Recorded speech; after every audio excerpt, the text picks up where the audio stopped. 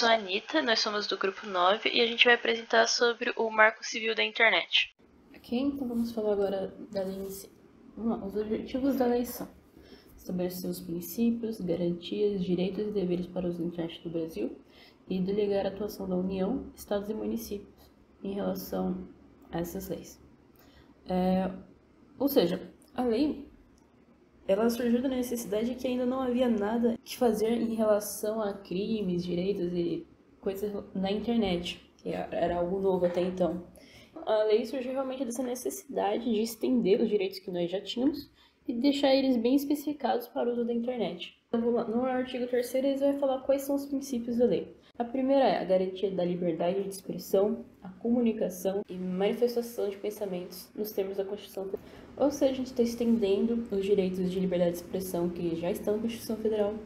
E é válido super que no artigo 5º da Constituição também, no inciso 10, são invioláveis a intimidade, a vida privada, a honra e imagem das pessoas, assegurado o direito de indenização pelo dano material ou moral da corrupção e violação. Você tem liberdade de expressão até o momento em que você não viola a intimidade, a honra ou a imagem da pessoa. Então, você tem sempre esse contraponto. É um direito, vai chegar até o direito do outro. Então, não é poder falar qualquer coisa na internet também. Então, aqui no artigo 7º, a gente tem melhor especificado esses direitos à liberdade de expressão. No inciso 1º, a inviolabilidade da intimidade e da vida privada, sua proteção e indenização pelo dano material ou moral decorrente de sua violação. O segundo, inviolabilidade do sigilo do fluxo das comunicações dos usuários pela internet, salvo em algum processo se a justiça pedir. Então, isso é outra coisa que também está garantido. O terceiro fala sobre a mesma coisa, só que comunicações privadas armazenadas. O inciso 4º, a não suspensão da conexão à internet, salvo por débito diretamente decorrente de sua utilização.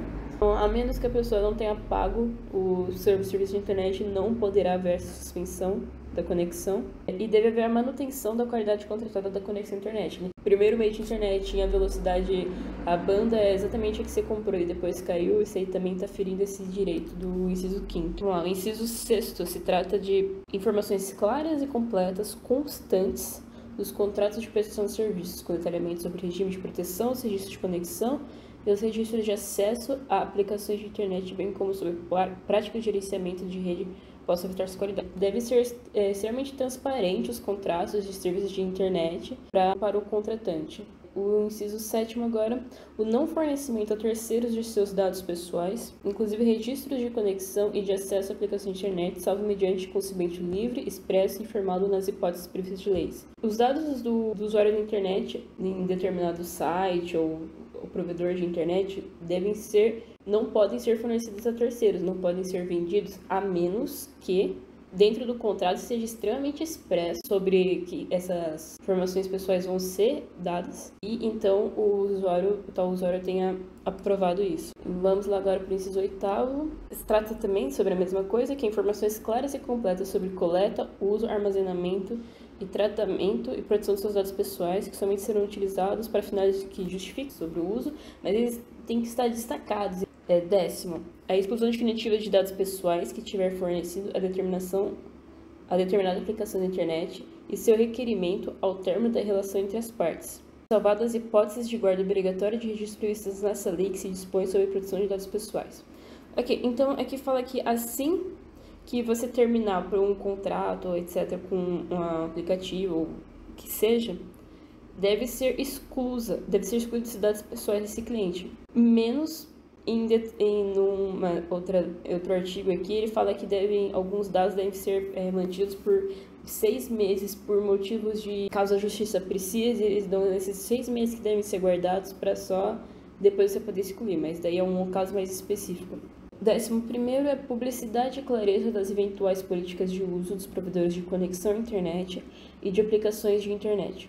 O provedor de internet tem que ser extremamente claro com as políticas para o usuário. Vamos lá, o 12º é acessibilidade, considerada as características físico-motoras, perceptivas, sensoriais, intelectuais e mentais do usuário nos termos de lei. Essa aqui se trata mais de que a internet deve ser um lugar acessível. Idealmente, aqui, de acordo com o inciso, E a 13ª é a aplicação das normas de proteção e defesa do consumidor na relação do consumo realizadas na internet. Os e-commerce estavam crescendo cada vez mais, e pensar em a época de 2014, e então nessa época a gente não sabia se direito, se todas as regras do direito do consumidor valiam também para a internet. E daí aqui, esse inciso está basicamente dizendo assim, não, o que está no Código de Defesa do Consumidor, ele também se aplica a qualquer compra ou coisas do gênero realizadas na internet. Beleza. Então aqui a gente tem o artigo 8, o caput diz: a garantia do direito à privacidade e à liberdade de expressão nas comunicações é condição para o pleno exercício do direito de acesso à internet. Então aqui a gente já vai falar sobre privacidade e liberdade de expressão. Vamos lá. Parágrafo único do artigo 8º. São nulas de pleno direito as cláusulas contratuais que violem o disposto no caput, tais como aquelas que impliquem ofensa à inviolabilidade e ao sigilo das comunicações privadas pela internet, ou em contrato de adesão não forneçam como alternativa ao contratante a adoção do foro brasileiro para a solução de controvérsias decorrentes e expressadas no Brasil. Aqui está dizendo que mesmo que você assine um contrato, se esse contrato ele não estiver de acordo com o caput desse artigo, que garante o direito à sua privacidade e à liberdade de expressão, esse contrato ele se torna nulo automaticamente. Aqui, continuando voltando aqui para o artigo 3º, os outros princípios, nós temos proteção da privacidade, proteção dos dados pessoais na forma da lei.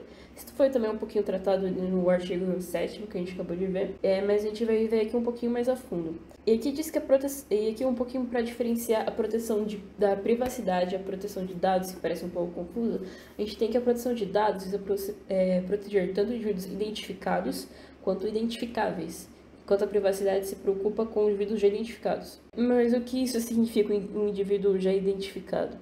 Vamos lá, quando tem um dado na internet, por exemplo, um e-mail, ou qualquer dado solto, isso aí é apenas um dado, ele é um indivíduo identificável, ainda não tem cara, nome, CPF, e daí isso se encaixa como um dado. Agora a privacidade é quando meio que o dado já está dentro de uma caixinha com nome, CPF, e-mail, quando tem todas essas coisas juntas e com qual você consegue identificar tais dados ao indivíduo específico, aí se torna um indivíduo identificado. Ou seja, eles basicamente tratam da mesma coisa, mas tem pequenas nuances em relação à lei. E só um adendo que tanto a proteção da privacidade quanto aos dados, elas estão aqui no Marco Civil, mas a LGPD, que foi entrada em vigor ano passado, são muito mais bem tratadas essa proteção dos dados e da privacidade. Aqui no artigo 10, a gente vai, o artigo 10º da lei vai falar um pouco mais, e a gente tem que a guarda e a disponibilização de registros de conexão e de acesso à aplicação de internet, de que se trata essa lei, bem como dados pessoais e do conteúdo de comunicações privadas, devem atender à preservação da intimidade, da vida privada, da honra e da imagem das partes, direta ou indiretamente envolvidas. Então aqui está ressaltando sobre que a pessoa tem direito e deve preservar sempre a intimidade, a vida privada, a honra e a imagem, os mesmos direitos, né? Agora vamos lá para o parágrafo 1º. O provedor responsável pela guarda somente será obrigado a disponibilizar os registros mencionados no caput de forma autônoma ou associado a dados pessoais ou outras informações que possam contribuir para a identificação do usuário do terminal mediante ordem judicial. O parágrafo 2º. O conteúdo das comunicações também somente poderá ser disponibilizado mediante ordem judicial também. O 3º. O disposto no caput não impede o acesso aos dados cadastrais que informem qualificação pessoal, filiação e endereço na forma de lei pelas autoridades administrativas. As medidas e os procedimentos de segurança e de sigilo devem ser informados pelo responsável pela provisão de serviços de forma clara e atender aos padrões definidos pelo regulamento, respeitando o seu direito de confidencialidade quanto a segredos empresariais. No parágrafo 1º, do 1º ao 3º, está falando assim, que o conteúdo das comunicações e os dados pessoais têm que ser respeitados, a menos que haja uma ordem judicial. Aí, esses dados têm que ser cedidos à justiça. E o 4º está falando que os métodos de segurança devem ser informados ao usuário, com o limite de os segredos dentro de como é feito isso não precisam ser colocados para eles, mas deve ter pelo menos as medidas para procedimento de segurança, assim, por cima, pelo menos devem ser informados ao usuário. Artigo 11. Em qualquer operação de coleta, armazenamento, guarda e tratamento de registros de dados, pessoais ou de comunicações por provedores de conexão e de aplicações de internet em que pelo menos um desses atos ocorre em território nacional, deverão ser obrigatoriamente respeitados a legislação brasileira e os direitos à privacidade, proteção dos dados pessoais e direitos de comunicações privadas e registros. Esse artigo basicamente informa que, havendo pelo menos um dos comunicantes ou usuários do serviço ou parte do serviço estando no Brasil, a lei, o Marco Civil, ele entra em vigor em todo esse processo, tendo apenas pelo menos um. O disposto no CAPT aplica aos dados coletados em território nacional e ao conteúdo das comunicações, desde que ao menos um dos terminais. E terminais na lei é disposto como um computador ou qualquer coisa que possa ter acesso à internet. Então, tendo um só no Brasil, ele já se encontra dentro dessa legislação. O segundo, disposto no CAPT aplica-se mesmo que as atividades sejam realizadas por pessoa jurídica seja no exterior. Então, mesmo que a empresa seja no exterior, se ela ofertar serviço ao público brasileiro, ou pelo menos uma integrante do mesmo grupo econômico possui estabelecimento do Brasil, ela também entra em vigor. A empresa pode estar lá no exterior, mas ela oferta serviço ao público brasileiro, ela está entrando na lei e também dentro de um grupo econômico. Ou seja, ela pode entrar lá no Brasil, mas se algo dentro do grupo econômico está no Brasil, ela também entra nessa legislação. E o parágrafo 3º diz que os provedores de conexão e aplicações da internet deverão prestar na forma de regulamentação informações que permitam a verificação quanto ao cumprimento da legislação brasileira referente à coleta, guarda, armazenamento e tratamento de dados, bem quanto ao respeito à privacidade das comunicações. Então, esse parágrafo 3º a gente quer que vocês cumpram a lei, mas como que o governo consegue verificar? Então, esse parágrafo 3º diz que esses provedores de conexão ou aplicações devem ter uma forma de documentar sobre como está sendo seguida a lei, como isso está sendo feito, para caso de necessidade eles possam ceder isso à justiça, por exemplo. Agora o artigo 12. Sem prejuízo das demais sanções civis, criminais ou administrativas, as infrações e normas previstas nos artigos 10 e 11 ficam sujeitos, conforme o caso, seguintes sanções aplicadas de forma isolada ou cumulativa. Então aqui eu vou falar quais são mais ou menos o que ocorre se você não cumprir a lei. Então, 1. Advertência com indicação de prazo para adoção de medidas corretivas. 2. Multa de até 10% do faturamento do grupo econômico no Brasil no seu último exercício. Então, 10% do faturamento. 3. Suspensão temporária das atividades que envolvam os atos previstos no artigo 11. E o inciso 4 fala proibição de atividades que envolvam os atos previstos. E por último, tratando-se de uma empresa estrangeira, responde solidariamente pelo pagamento da multa que trata o CAPT, sua filial, sucursal, escritório, estabelecimento estadual do Brasil. Então, naquele caso lá que a gente falou, que se tem uma empresa estrangeira e tem alguma filial, alguém do grupo econômico no Brasil, ele vai pagar, essa multa vai ser em relação à empresa que esteja aqui no Brasil. Eu sou a Cíntia e eu vou estar falando um pouco sobre o inciso 4 do artigo 3º, que basicamente fala sobre neutralidade de rede. Mais especificamente, ele fala da obrigatoriedade de se preservar e garantir essa neutralidade. Mas o que é neutralidade de rede? A neutralidade de rede é um princípio de arquitetura que endereça aos provedores de acesso o dever de tratar os pacotes de dados que trafegam em suas redes de forma isonômica. Mas o que isso significa? Em resumo, a gente pode fazer uma analogia com uma frase bem conhecida. Poderíamos dizer, assim, que como pessoas são iguais perante a lei, os dados são iguais perante a rede. Então, eles devem ser tratados sem distinção. E como que acontece essa distinção? Quando eles são tratados com distinção, como que ela acontece? Essa discriminação dos dados, ela pode acontecer de 3 formas diferentes. Ela pode acontecer por bloqueio, quando determinada informação ela é bloqueada, ela não é transmitida pela rede, por velocidade, quando algum serviço tem a taxa de transmissão dele diminuída, ou por discriminação por preço. Quando você está dentro da rede e você tem acesso a determinados serviços, mas se você quiser acesso a outros serviços, você vai ter que pagar um valor por fora, alguma coisa além, para conseguir ter acesso a esses outros serviços dentro da rede. Quando esse tipo de discriminação acontece, a gente está ferindo o princípio de neutralidade de rede. O artigo 9º diz que o responsável pela transmissão deve tratar de forma igualitária qualquer que seja o pacote de dados, independentemente da origem, do destino ou da aplicação dele. Mas existem alguns casos específicos em que os dados podem sim ser diferenciados dentro da rede. Quando tem requisitos técnicos indispensáveis a uma boa prestação de serviços, ou pela priorização de algum serviço de emergência. Essa discriminação no tráfego ela é regulamentada pelo Presidente da República.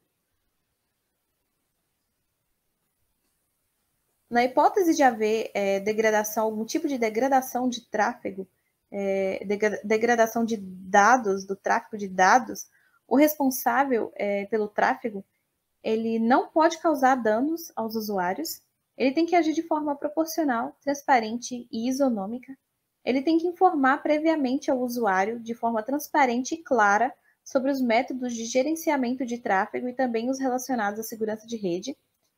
Ele também tem que oferecer serviços em condições comerciais não discriminatórias, o que quer dizer que ele não pode ficar incitando o ambiente propício à concorrência desleal.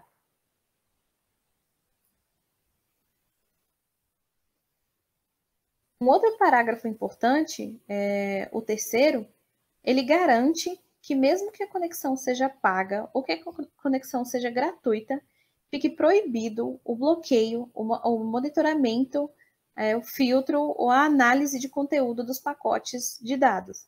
Isso quer dizer que os responsáveis pela transmissão não devem espiar o que tem dentro dos pacotes que eles estão transmitindo. Esse conteúdo não deve ser monitorado. Num decreto posterior ao marco, o decreto de número 8.771, de 11 de maio de 2016, a gente tem, no artigo 9º, ficam vedadas condutas unilaterais ou acordos entre o responsável pela transmissão, comutação ou roteamento e os provedores de aplicação que, primeiro, comprometam o caráter público e restrito do acesso à internet, os fundamentos e princípios e objetivos do uso da internet no país. O acesso à internet ele é um direito de todos, ele tem caráter público e restrito dentro dos fundamentos e princípios do uso, né? E 2, priorizem pacotes de dados em razão de arranjos comerciais ou 3, privilegiem aplicações ofertadas pelo próprio responsável pela transmissão ou por empresas integrantes de seu grupo econômico. O que isso quer dizer? Que os responsáveis pela transmissão não devem priorizar de forma nenhuma a transmissão de dados com o objetivo de privilegiar alguma empresa com quem ele tem algum tipo de contrato comercial, algum tipo de arranjo comercial, ou as empresas que façam parte do mesmo conglomerado com o qual o responsável pela transmissão pertence. Exemplificando isso. Por exemplo, suponhamos que a gente tem uma operadora X responsável pela transmissão de dados numa determinada região, e que ela esteja favorecendo a transmissão de dados de uma empresa Y que seja ou sua parceira comercial ou que faça parte do mesmo grupo empresarial que X pertence. Isso vai acabar ferindo esse artigo 9º aqui, principalmente essas partes de priorização de pacote de dado em razão de arranjo comercial ou em razão de pertencer a empresas serem de empresas do mesmo grupo. Dentro da neutralidade de rede, a gente ainda pode discutir alguns outros tópicos, principalmente esses dois aqui, o Traffic Shaping e o Bandwidth Throttling. O que é o Traffic Shaping? Ele é uma modelagem de banda para fins de priorização indevida que vai contra os princípios de neutralidade, visando privilegiar a transmissão de certos dados, como, por exemplo, suponhamos que exista uma operadora X, de novo, que possui um acordo com um serviço de streaming como a Netflix.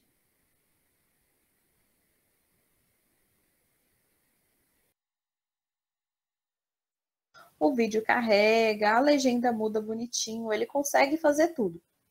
Mas quando ele tenta acessar um outro serviço de streaming, como, sei lá, como por exemplo, a Amazon Prime, Disney, por exemplo, ele acaba enfrentando problemas de travamento, não consegue assistir, demora para carregar ou não carrega, carregamento infinito, e aí ele perde a paciência, ele volta a acessar a Netflix, que é o único serviço para ele, é a única aplicação ali viável naquele momento. Isso seria um exemplo de traffic shaping já que a operadora X, no caso, estaria privilegiando os dados da Netflix em detrimento dos dados da Amazon, o que acaba forçando o usuário a usar mais a Netflix, porque a Amazon acaba se tornando inviável para ele. Limitar também, por exemplo, a taxa de transmissão de uma arquitetura peer-to-peer, como o torrent, por exemplo, o usuário que está fazendo download de algum dado, não entrando no mérito se é um dado legal ou não, também seria uma forma de traffic shaping, porque ele estaria limitando de alguma forma o acesso do usuário a um determinado serviço. Já o bandwidth throttling, ela é a modelagem de banda que visa desafogar a rede para manter um acesso razoável aos usuários. Como, por exemplo, um grande número de usuários acessa a rede em um determinado horário, um horário de pico, e como a rede é compartilhada, esse alto índice de acesso pode sim sobrecarregar a rede, e então algumas taxas podem ser diminuídas. Pode ocorrer também um pico inesperado de acesso à rede, como, por exemplo, a gente tem um evento, um Rock in Rio da vida, ou qualquer coisa assim, e aí um monte de pessoas acessando a internet ao mesmo tempo num evento causa uma sobrecarga na rede, pode ocorrer essa sobrecarga, e aí nesses casos as operadoras responsáveis podem sim tomar medida para mitigar esses efeitos nocivos à rede e tentar fazer com que todo mundo tenha acesso, claro, mas ainda assim tentando desafogar. Essa mitigação ela é legal, ao contrário do traffic shaping, e a Anatel propõe uma taxa de transmissão instantânea mínima de 40% e um mínimo de média mínima de 80% dentro do que foi contratado pelo usuário. Caminhando no limiar da neutralidade, a gente tem também uma prática chamada zero rating, que é a taxa zero. O que é exatamente isso? Basicamente, é uma prática que oferece algum serviço com acesso ilimitado, o que pode acabar gerando uma concorrência desleal e muito desleal dentro da indústria, visto que, por exemplo, se a gente tem uma operadora de telefone celular que oferece um uso ilimitado do WhatsApp sem cobrança, mas que não oferece o mesmo para serviços que têm a mesma função, basicamente, como é o caso do Telegram, a gente poderia dizer que os usuários muito provavelmente vão optar por usar mais o WhatsApp, porque teoricamente ele é um serviço gratuito, a pessoa não está pagando por aquilo como ela pagaria para poder, por exemplo, utilizar o Telegram. Aí a gente vai para o artigo 3º, que diz respeito à disciplina do uso da internet no Brasil, os princípios dela. Princípio 5º, né? A preservação da estabilidade, segurança e funcionalidade de rede por meio de medidas técnicas que sejam compatíveis com os padrões internacionais para manter um padrão, né? 6. Responsabilizar os agentes de acordo com as suas atividades nos termos da lei, eles ainda vão ser responsabilizados. 7. Preservar a natureza participativa da rede. E 8. Liberdade nos modelos de negócios que são promovidos online, né, na internet, desde que eles não estejam conflitando com outros princípios estabelecidos nessa lei. Partindo para o artigo 4º, da disciplina do uso da internet no Brasil, o objetivo é a promoção de acesso, né, dar a todos o direito de acesso à internet, garantir que a população também tenha acesso à informação, ao conhecimento e participação na vida cultural, além da participação também na condução de assuntos que sejam públicos. 3. A promoção de inovação e difusão de novas tecnologias. 4. Além também de promover a adesão a padrões tecnológicos que permitam comunicação, acessibilidade, interoperabilidade entre aplicações e bases de dados. E, por último, mas não menos importante, vamos falar também da responsabilidade por danos decorrentes do uso de terceiros. Do uso decorrentes de conteúdo gerado por terceiros. O artigo 18 diz que o provedor de conexão não será responsabilizado civilmente por danos que tenham sido decorrentes de conteúdos que tenham sido gerados por terceiros. Então, o que é isso? No caso, o provedor ele não é responsabilizado caso algum usuário tenha causado algum tipo de dano, conteúdo danoso. Mas como uma forma de balancear isso, a gente tem no artigo 19 que, ainda assim, com o intuito de assegurar a liberdade de expressão e impedir a censura, uma forma de tentar responsabilizar, né, e mitigar essas infrações. Com o intuito de assegurar a liberdade de expressão e impedir a censura, o provedor ele vai ser responsabilizado civilmente no caso de ter uma ordem judicial que limite aquele conteúdo, enfim, que limite realmente o conteúdo, que fale, tal conteúdo está infringindo tal regra e não sei o quê. O provedor ele pode ser responsabilizado sim, caso após uma ordem judicial que, tipo, peça para poder tirar aquele conteúdo do ar, ele não tomar as providências que tornem aquele conteúdo indisponível, o conteúdo, no caso, que infringiu a lei. Se ele não tomar essas devidas providências, aí sim ele vai ser responsabilizado pelos danos de conteúdo gerado por terceiros. E sobre essa parte, era isso que eu tinha para poder falar. Bom, agora eu vou falar sobre a lei no exterior. Vou abordar a lei do Marco Civil da Internet em outros países, seja nos Estados Unidos ou na Europa.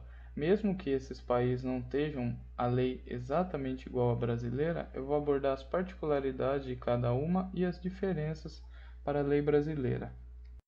Bom, começando pelo contexto histórico americano, a gente já pode ver entre 1840 e 1850 o princípio de neutralidade, sendo já abordado nas primeiras redes de telégrafos e telefones surgidas nessa época, sendo que nessa época a comutação das chamadas era feita por telefonistas, que então podiam não redirecionar essas chamadas para os comerciantes concorrentes. Portanto, já existia uma preocupação de que as chamadas fossem realizadas de forma imparcial, sem privilegiar qualquer tipo de usuário. Em 1860, vamos ter a criação da Lei Pacific Telegraph Act, estabelecendo que as mensagens trocadas por indivíduos, empresas ou corporações tinham que ser transmitidas de forma imparcial, dando preferência apenas para o governo norte-americano. Outro fato relevante é que por volta de 1930, a TIT, American Telephone Telegraph, praticamente detinha todo o monopólio do setor de comunicações nos Estados Unidos, assim definindo os preços de acordo com o uso da sua rede. Por esse fato, em meados de 34, vamos ter a criação do Communications Act, que impedia a prática injusta e a de definição de preços baseada na discriminação de pessoas ou empresas, pois entendia-se que as telecomunicações deveriam servir ao bem público geral. Por isso, as empresas de telecomunicações deveriam servir os cidadãos como as empresas ferroviárias e de transporte marítimo à época.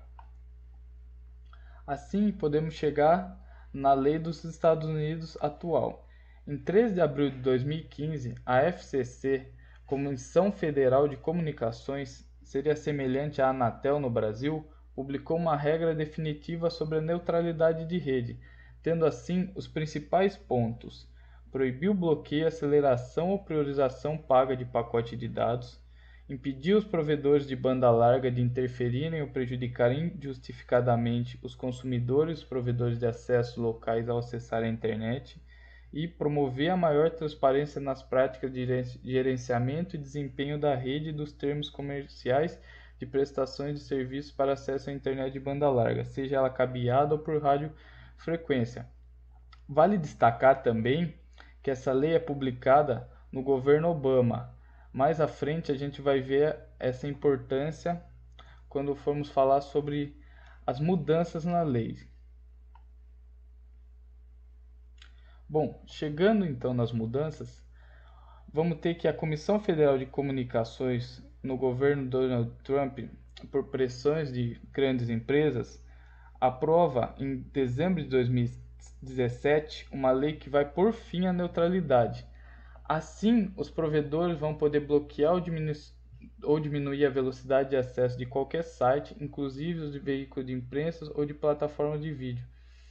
e isso vai ocasionar para o consumidor preços variáveis e velocidades variáveis, assim como a gente já pôde ver e entender mais anteriormente no trabalho sobre a neutralidade de rede e os seus impactos quando ela não está imposta. Bom, as maiores diferenças dos Estados Unidos para o Brasil nesse sentido é que nos Estados Unidos a internet ela é tratada como serviço de telecomunicações, já no Brasil ela é tratada como serviço de valor agregado. Assim, nos Estados Unidos cabe ao órgão regulador, a FCC, aprovar leis nesse sentido para mudar o tratamento da internet. Já no Brasil, para você ter a aprovação de leis ou alteração como o Marco Civil da Internet, você precisa passar pela Câmara dos Deputados. Então, sendo no Brasil muito mais difícil termos mudanças e aprovações de leis e alterações. Já no contexto europeu, a gente pode entender melhor voltando aos anos 1970 e 1980, quando a gente vai ter as primeiras leis europeias introduzindo esse conceito de proteção de dados, sendo que a primeira lei oficialmente direcionada ao tema, ela vai ser criada em Rensen, na Alemanha, na década de 70. E nesse mesmo ano, países como França, Noruega, Suécia e Áustria também vão criar suas próprias leis sobre como as informações de seus cidadãos poderiam ser utilizadas e exportadas. Já mais na sequência, em outubro de 95, vamos ter que o Parlamento Europeu, junto ao Conselho da União Europeia, vão criar um regulamento que estabelece regras para serem cumpridas por todos os países da Europa. Nesse texto, já vai ser perceptível que o conceito de proteção de dados e a interpretação dos seus propósitos eles vão estar muito mais desenvolvidos e bem próximos das leis atuais. Bom, na sequência também vale destacar que em 2000 vai ser aprovado o Safe Harbor, que é um acordo estabelecido entre os Estados Unidos e a Europa com o objetivo de facilitar a troca de informações e dados pessoais entre os dois polos. Bom, esse acordo ele vai ser revogado em 2015 por suspeita de espionagem e tráfico de informações. Mas, já no ano seguinte, a Europa já vai aprovar o Privacy Shield, um novo programa de transferência internacional de dados com empresas norte-americanas, só que esse garantindo maior segurança para os cidadãos europeus. Bom, falando da lei europeia em si, ela vai finalmente em 2016 entrar em vigor o Regulamento Geral sobre a Proteção de Dados, RGPD, que vai ser aplicado somente em 2018. Bom, aqui eu destaquei os 7 principais pontos da lei, sendo o princípio da licitude, lealdade e transparência, o princípio da adequação e limitação da finalidade, o princípio da necessidade ou minimização, o princípio da qualidade dos dados ou exatidão, o princípio da limitação da conservação, o princípio da segurança, integridade e confidencialidade e o princípio da prestação de contas ou responsabilização. Vale destacar que também o Regulamento Geral sobre a Proteção de Dados ele vem a revogar a Diretiva de 95 e vai conter cláusulas e exigências relativas à forma como são tratadas informações pessoais na União Europeia, sendo aplicável a todas as empresas que operam no espaço econômico europeu, independente do seu país de origem. Bom, para finalizar, as maiores diferenças da União Europeia para o Brasil nesse sentido da lei é que a Lei Geral de Proteção de Dados brasileira ela vai ser inspirada no Regulamento Geral sobre a Proteção de Dados, essa lei europeia, sendo então as duas muito mais semelhantes do que o próprio Marco Civil da Internet no Brasil. Sendo que essas duas leis elas vão abordar muito mais os dados e a lei do Marco Civil vai ser muito mais geral, sendo muito mais fácil termos um comparativo entre as duas. Bom, assim encerrando essa parte sobre as leis no exterior. Olá, pessoal! Apresentaremos agora alguns estudos de caso que estão relacionados ao Marco Civil da Internet. O primeiro caso é um caso entre a empresa Uber e um relato de agressão. Basicamente, 2 amigos relataram terem sido agredidos por um motorista na cidade do Rio de Janeiro depois de um desentendimento sobre o valor de uma corrida.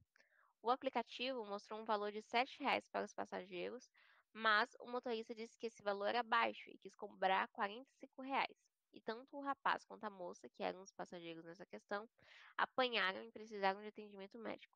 O Uber se recusou a entregar os dados do motorista para eles e justificou com um marco civil da internet. O Uber relatou a proteção dos dados pessoais, haja vista que, para a empresa, tanto o motorista quanto os passageiros são usuários do aplicativo. Então, dentro dessa visão, é responsabilidade da empresa resguardar informações como nome completo, número de documentos e endereço do motorista, e só liberar em frente a uma ordem judicial. O Uber disse que o motorista foi suspenso até o final das investigações e reforçou a sua posição de não divulgar os dados com base no Marco Civil, explicando que sempre procura colaborar com as autoridades em investigações legais, fornecendo os dados em termos de leis e políticas aplicáveis. O próximo caso é um caso do Telegram, que foi descrito como o maior teste do Marco Civil da internet e aconteceu recentemente. Bom, de acordo com o ministro do STF, Alexandre de Moraes, o Telegram não estaria atendendo aos pedidos da justiça brasileira para coibir a desinformação e o discurso extremista no Brasil.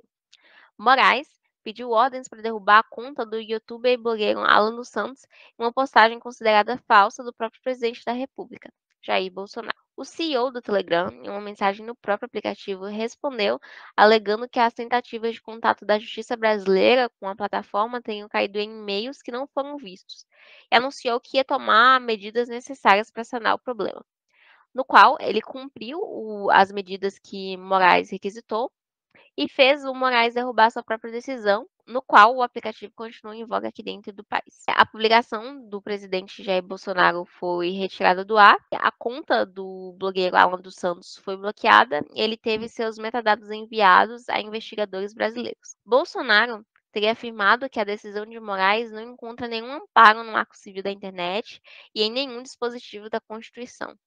Porém, um especialista ressaltou que a determinação do bloqueio tem sim previsões no Marco Civil, pois o Telegram tem a obrigação de cumprir as decisões das cortes brasileiras, o que não estava ocorrendo. O próximo caso é um caso conhecido como Aida Curi, que foi uma moça que foi vítima de violência seguida de morte nos anos 50 no Rio de Janeiro, na qual 3 jovens a atiraram de um alto de edifício em Copacabana. Esse processo ocorre porque a família alega ser indenizada em razão da exposição na mídia, onde houve uma provocação acerca do direito do esquecimento. Porém, o acórdão aprovou por maioria que o direito ao esquecimento é incompatível com os termos da Constituição e não existe esse tipo de categoria. Portanto, foi um caso perdido, caso que não teve respaldo. O próximo estudo de caso que nós vamos comentar é acerca da neutralidade de rede no Brasil, onde o ex-líder da Câmara, deputado Eduardo Cunha, em 2014, foi opositor do projeto do Marco Civil na internet e principalmente contra a pauta de neutralidade de rede. Cunha apresentou uma emenda que exclui os serviços de internet da regra geral da neutralidade e libera a contratação de pacotes com condições especiais para quem quiser algum conteúdo diferenciado, como, por exemplo, só redes sociais ou só vídeos. Ele ainda chegou a afirmar que querem comunizar a internet, obrigando a fornecerem de forma ilimitada e preço igual para todos, no qual ele confunde a velocidade fornecida pelo provedor de acesso com a isonomia do tratamento de dados. Obviamente, né, a emenda dele não foi aceita e tanto o Marco Civil da Internet quanto a pauta de neutralidade de rede continuam em voga aqui no país. Meu nome é Kennedy e eu vou falar um pouco a respeito do contexto pré-lei. A discussão sobre a necessidade de um marco de direitos para os usuários de internet começou com a oposição gerada em torno da lei de cybercrimes, que previa a criação de novos tipos penais para diversas condutas na internet, conhecida como AI-5 digital, que criminalizar o acesso à internet, promovendo censura e repressão de logs ou IP dos internautas. Em 2009, durante o 10º Fórum de Internet e Software Livre, o então presidente Lula comentou que em seu governo era proibido proibir e incumbiu o Ministério da Justiça a propor uma legislação baseada em direitos.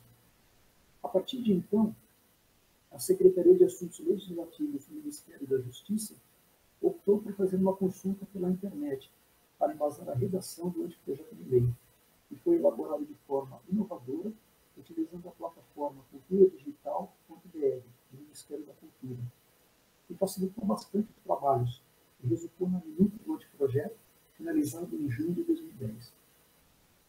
O projeto foi enviado à Câmara dos Deputados e teve a sua votação adiada por 29 vezes.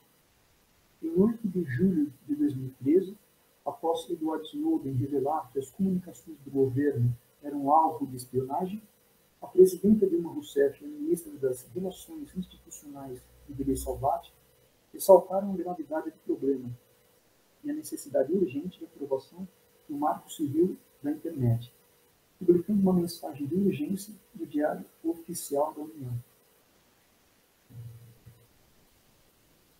A partir de 26 de março de 2014, o projeto passou a tramitar no Senado Federal, no projeto de lei da Câmara, número 21, de 2014. E no dia 24 de abril do mesmo ano, foi publicado no Diário Oficial da União como Lei número 12.965.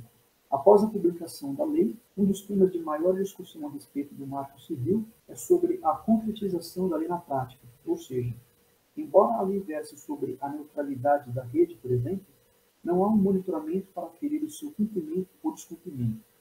Assim, ocorreu que alguns planos de telefonia móvel com a internet não estavam descontando da franquia do consumidor o uso de dados para determinados aplicativos, como WhatsApp, Twitter e Facebook.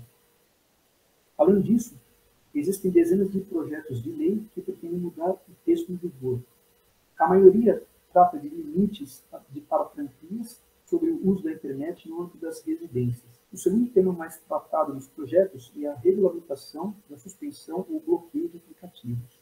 Bom, sobre a discussão a favor e contra o Marco Civil, com relação aos argumentos a favor do Marco, podemos dizer que no Brasil, até o início de 2014, não havia uma regulamentação específica sobre o assunto, o que resulta na aplicação não uniforme das leis existentes, gerando insegurança jurídica. Havia apenas princípios e regras genéricas na Constituição, no Código Civil, no Código de Defesa do Consumidor e no Decreto-Lei 7.962, de 2013, sobre contratações do comércio eletrônico. O marco constitui uma espécie de lei maior, abaixo da qual outras leis serão criadas para regular áreas específicas, como, por exemplo, o comércio eletrônico. Outro ponto favorável refere-se à liberdade de expressão, onde o marco acaba com a censura privada, já que os provedores de acesso não podem ser responsabilizados por danos decorrentes do conteúdo gerado por seus usuários. Assim como os provedores de conteúdo também só podem ser responsabilizados no caso de não acatar no prazo correto as decisões judiciais sobre retirada de conteúdo. Isso acabaria com uma censura prévia feita na esfera privada, onde as empresas decidem se determinado material deve ficar online ou não. Agora, quem julga os casos de conflito sobre fotos, vídeos ou texto é o judiciário. Assim, fica resguardado o direito de expressão dos internautas, bem como o direito ao contraditório e à ampla defesa. Com relação à neutralidade na rede, o consumidor tem acesso total à internet, podendo buscar informações, cultura, entretenimento em diversos sites.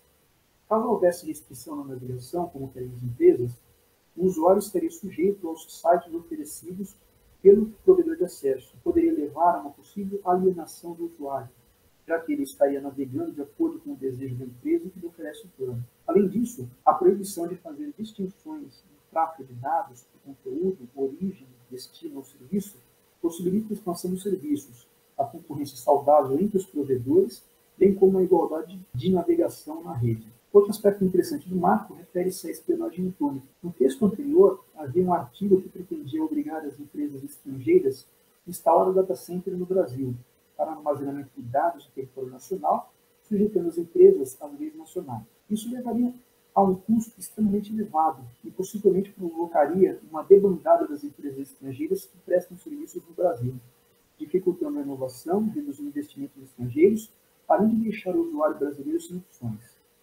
Por este motivo, o artigo foi alterado de forma que as empresas são obrigadas a respeitar a nossa legislação, caso ocorra em território nacional qualquer operação de coleta, armazenamento de dados, guarda e tratamento de registros, dados pessoais ou de comunicação por provedores de conexão e de aplicações de internet. Falando agora sobre argumentos contra, alguns dizem que o texto aprovado difere do conteúdo colocado em debate público desde 2010 e o Marco Civil não foi resultado de um consenso pacífico, mas produto de uma opção política, ainda que baseada na diversidade de interesses de uma sociedade plural. Além disso, muitas empresas argumentam que a neutralidade na rede atrapalha o mercado, já que não permite aos clientes escolherem pacotes de serviços ou os sites que mais acessam, elevando o custo médio dos serviços e dificultando o acesso por uma parcela da sociedade que não pode pagar o preço de uma conexão plena.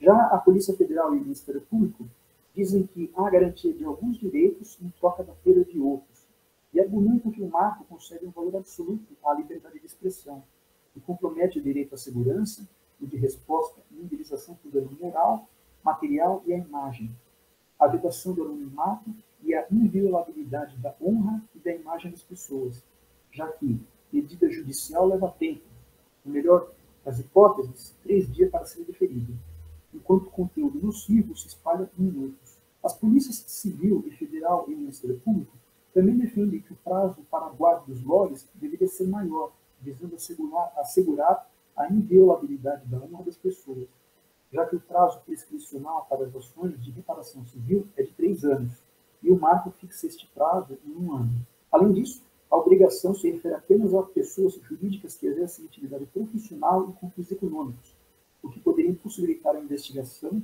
no caso de crimes cibernéticos, quando utilizado aplicações sem fins econômicos ou criados por particulares. Existem também aqueles que alegam que os logs nem mesmo deveriam ser retidos, pois atentam contra a liberdade individual, já que sempre estariam expostos a vazamentos.